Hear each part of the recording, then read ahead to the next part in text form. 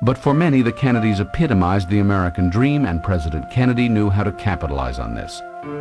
Despite Jackie having ordered the White House staff to keep uninvited press away from the children, the president disobeyed.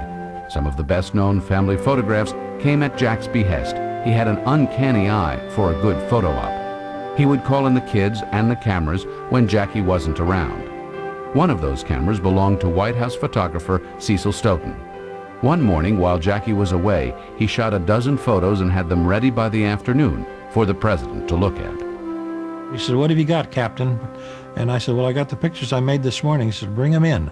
So I brought them in. I stood behind his desk while he riffled through these 12 prints.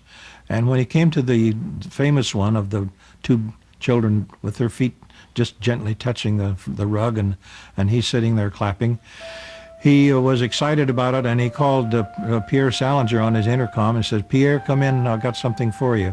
Kennedy had Press Secretary Pierre Salinger release it to the media. The next day, the picture was in newspapers across the country. That summer, Stoughton joined the First family for weekends at the Squaw Island retreat they rented near Hyannisport. There, he shot home movies, directed by Jackie. They were not released publicly until years after John Kennedy's death.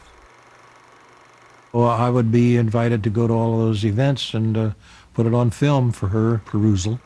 She didn't like silent films. I'd put some appropriate music with it, and the following weekend I'd take a projector and a screen into their living room at Squaw Island and show them the film of last week.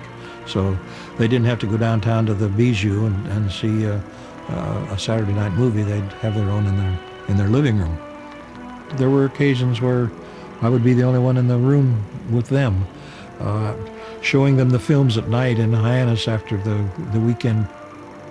They'd go up the stairs hand in hand, saying, "You can let yourself out, Captain." The summer of 1963 seemed an idyllic time on the Cape. They were getting ready for a new baby, and Kennedy's health was improving. It was the best it had been since he was a teenager. He was on fewer pain medications, and he was... At that proximity that I finally laid my camera down and managed to sob a little bit.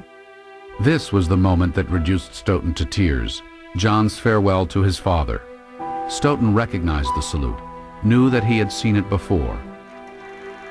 He reviewed the footage of the family's last weekend together. There it was, the moment Jackie taught her son to salute his father, the Commander-in-Chief. Jackie was teaching him how to salute, and I made movies of that when he marched up and stood in front of her and saluted with his left hand, and then she made him change to the right. So he learned to salute under my camera. It's been images like these, recorded that last weekend at the family's home in Middleburg, Virginia, that have helped shape our view of the final days of Kennedy's life.